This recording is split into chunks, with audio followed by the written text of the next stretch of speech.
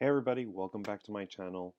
Um, Today we're going to be doing a really cool tutorial on how to paint one of my favorite Stark units, the Mormont She-Bears. I was so excited that I was finally able to get my hands on them. They were super fun to paint. I had a real good time doing this, and I hope you enjoy it. I was supposed to do the Mormont Bruisers first, but like the smart person that I am, I deleted that whole video, so now I have to restart it, and I actually got a new one, just one single model, just so I can paint it to show you guys, because that's how committed I am to my subscribers. Anyway, take care and enjoy. And remember to like, share, and subscribe. So here we have the Mormont She-Bear. This is, I think, the Mormont Veteran that comes with it. This is that one. But the cool thing about that is that it's going to give you a really good base on how you're going to want to paint these guys, or gals in this particular game. So the first thing you're going to do is you're going to you're going to prime it, the regular gray Seer, and then this one, we used a different brown than the normal brown that I've been using. It's no longer contrast Wyldwood, it's actually Gore-Grunta fur, which I thought was a lot better than the Wyldwood, because the Wyldwood is cool, but the Wyldwood is, it was just getting it seemed like all my models were having kind of the same shades, and I kind of wanted to do something different with it. And so you're just going to start jabbing that around. It's going to be, all that good stuff, and make sure you feel like you're getting all of the crevices. If you feel like you're missing anything, don't worry. We are going to use dark tone over it, so those things will be fine. I'm going to speed this up.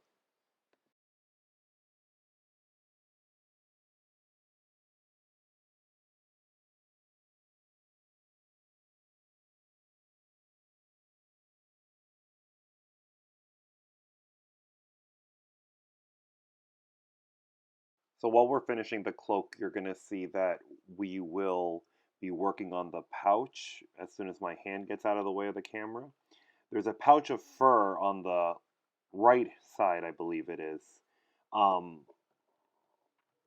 that we're going to use again. We'll use Wyldwood Brown, or the Wyldwood that we used before. And that's going to help give it some contrast to the rest of the model, because we don't want it to just look like one big thing.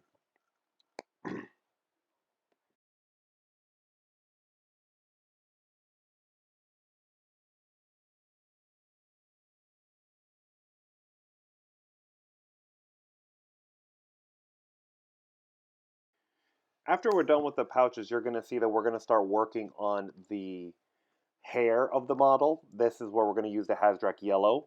So that's a pretty bold yellow, and I like it for blonde because it gives it a more natural blonde look, in which it's not too platinum, but it just looks like a more natural blonde look. Especially when you start darkening it up with using the dark tone, the Armor Painter dark tone, you're going to really see the model pop.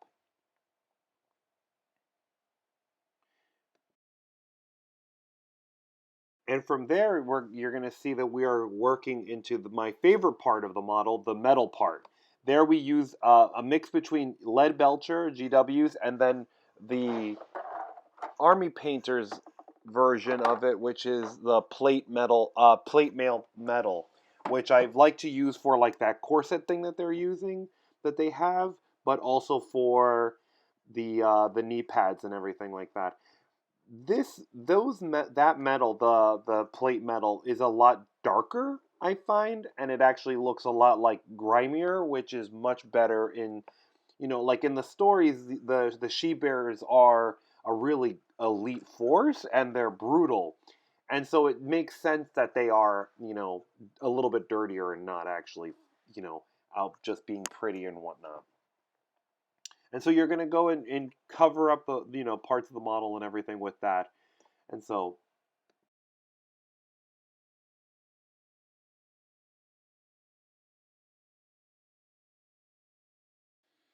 after the metal parts of the model, we're going to start working on the face, which we're going to use Guilliman flesh tone. And then also, since I like the flesh tone, we're going to also use it for the gloves as well, to give it that leathery kind of look. as well. And again, these colors are going to get better, darker once you use the dark tone. Sorry for putting my model underneath like that because it's just so much easier to just get them that way.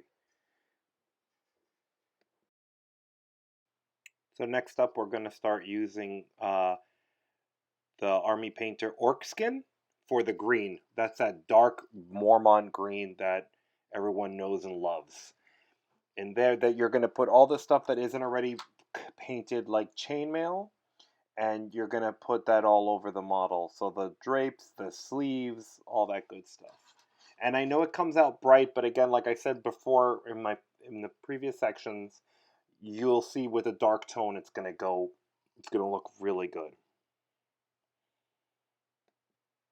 So after you're done with that piece, you're going to want to start doing the brown things. Like I said before previously, like the sticks or whatever the maces, you're going to want to do that brown. The belt, we're going to use Wyldwood, the Wyldwood brown for all that stuff, and except for the gloves, which we're going to use Guilliman's flesh tone. I had said that previously earlier in the video, but I didn't realize that I only started doing that after when I was doing the details and everything like that.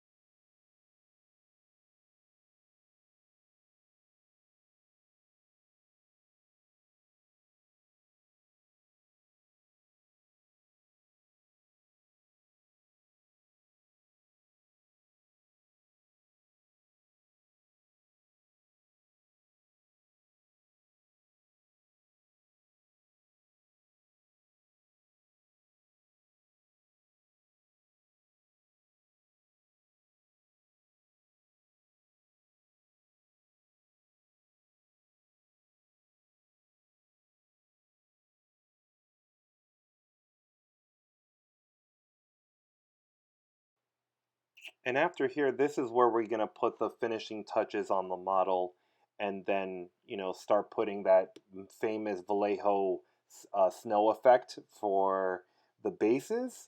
As I said before, this was a really fun model to paint, and you're going to see that when you put the dark tone, which we're going to use after the paint is dried and everything, to really lower and tone down the paint of these contrasts, because a lot of these contrast colors are very bold and dynamic, which is awesome. But at the same time, you're gonna need them to be a little bit more dull because these are hardened warriors and not warriors that are only good for inspection.